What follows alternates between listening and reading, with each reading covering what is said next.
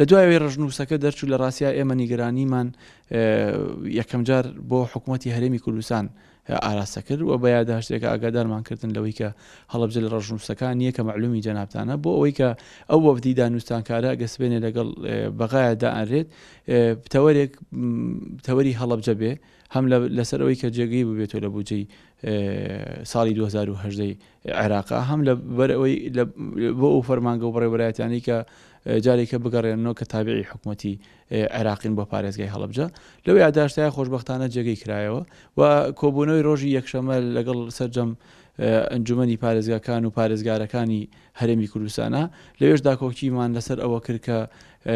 ئەبێت یەکێ لەو خاڵانەی ناو یادداشتەکەی کە ئاراستی حکوومەتی عێراقی و حکوومەتی هەرێمی کوردستان و هەموو لایەن پەیوەندیدارەکان لەسەر لەو بابەتە ئەو بوو لە خاڵی سیا پارێزگای هەڵەبجە جێگە کراوە بەوەی کە داوا بکرێت لە حکوومەتی عێراقی و هەموو لایەنە پەیوەندیدارەکان کە لە یاسای بودجەی ڕژنووسی 2010 بودجەیە جێگی خۆی بۆ بکرێتەوە.